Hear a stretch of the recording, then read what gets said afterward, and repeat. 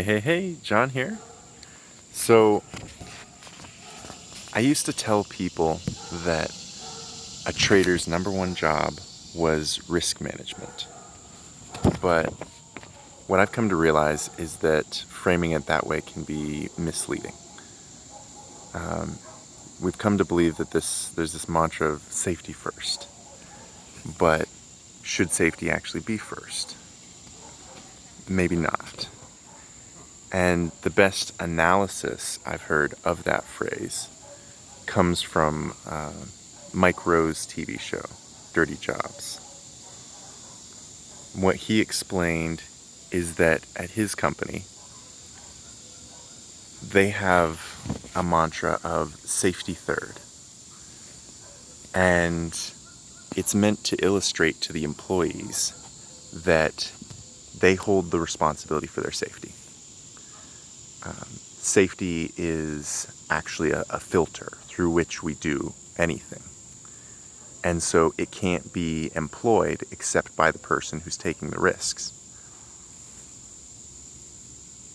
If safety is our dominant concern, then we won't take risks. And not taking risks limits our growth. So safety has to take a back seat to growth. And that especially makes sense in an investing context. If you don't pursue the trades that will grow your portfolio, it'll just remain stagnant. So the question remains, what risks are worth the potential growth? And as we develop our rule sets and our strategy around that question, we'll begin to improve our performance. One moment.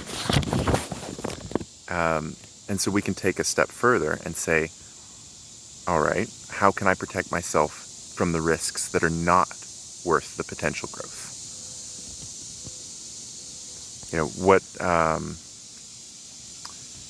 What are some ways we can implement that in our investing?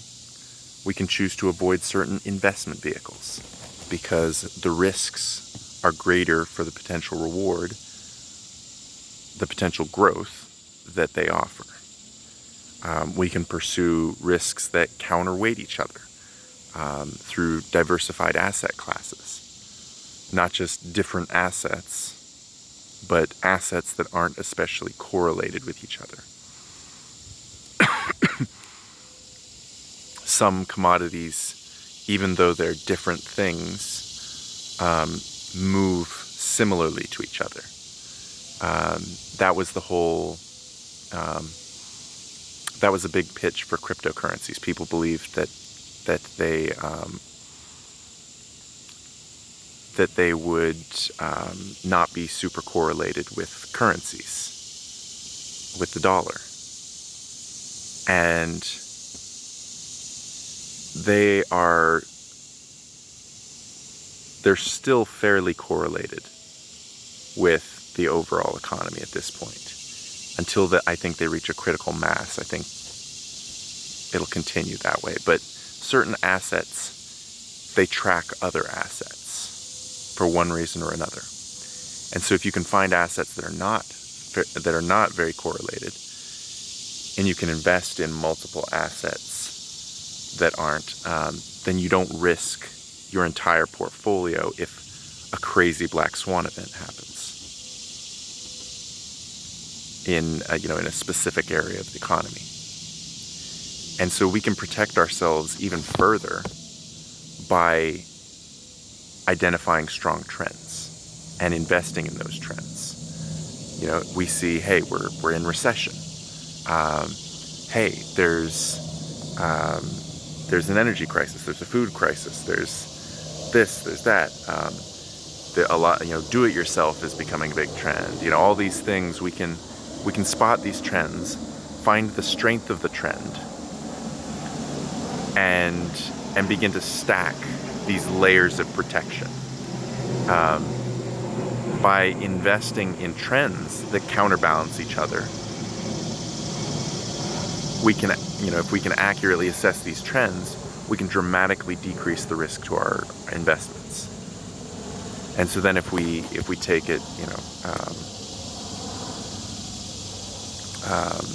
if we do all of this through a lens of safety, a lens of risk mitigation, while we're pursuing the ultimate goal of increased value, increased profits for our portfolio, we'll do increasingly well. But at every stage, we need to assess the greatest risks.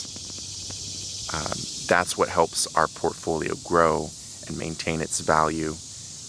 Once the portfolio is at a certain point, for example, the risks are going to be slightly different, because the risks for different investment vehicles are going to change because of the size of our portfolio now. If we don't rebalance as the value grows, our risk of damage in case of a loss becomes a lot greater. And one moment. Man, the cicadas are out today.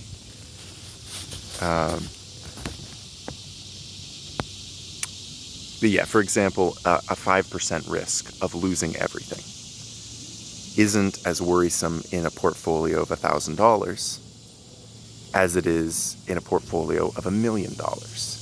As the size increases, that tiny risk becomes a greater threat to your lifestyle, because that $1 million is a much greater percentage of my yearly expenses than the 1,000. And so a lot of people miss that. As we increase the value of our investments, we look at the risk level and we say, oh, it's still a 5% chance.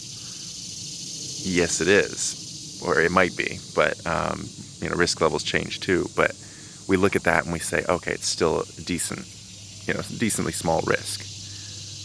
But if we lost with the 1,000, it wouldn't have dramatically altered our lifestyle. If we lose with the 1 million, for most people, that's a dramatic change in the future of their lifestyle, or their ability to pay their bills. So taking financial checkpoints is really important to locking in that progress. And we'll definitely discuss that more in future videos. I'm going to be reiterating financial checkpoints over and over and over. But essentially, when we think of safety, it should be an overall lens that we apply to every step of the process. It shouldn't be an actual step in the process. Because if we view it as a step, then we add a lot of risk to every other step. We need to take that responsibility and have that lens of safety in everything that we do, while the primary goal remains increased value, increased profit. And remember that no matter how exciting an opportunity is, every benefit has its own associated harms. There's a negative to every positive. And we have to remain aware of what those are and seek them out if we don't know. That's actually a life principle that I've written down in my notes. Don't allow a benefit to blind you to its harms. And that's what I got for you today, guys. Thank you so much for watching. I enjoy making these videos. I hope you guys enjoy watching them. I really appreciate your viewership. So please let me know in the comments what you think, and like and subscribe if you'd like to see more of this content. Thanks.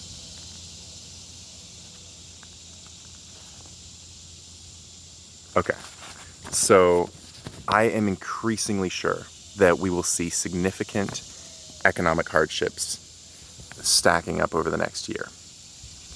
So if you have not prepared, now is the time. If you've ever heard the saying, an ounce of preparation is worth a pound of cure, I believe that's especially true now. So don't wait. If you have $100, you can do something to increase the level of protection in your investments. It's as simple as saying, what will be valuable, or what will people need when things start to get worse? Track those trends. Look at, what's happening in the world, what's about to happen, what's going to be valuable 3 to 6 months from now.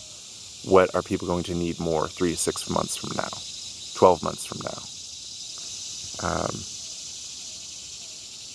2 years from now, and assess based on that. Every now and then, I'll grab an ounce of silver here, ounce of silver there, or snag an options contract, or do something that helps prepare my family for what I believe is coming. We started a garden, we got chickens. It's worth doing something, however small, to increase that protection over time. It might just be one little thing a month, but it's something. Anyway, please stay safe out there, guys. Thank you so much for watching. I really appreciate it.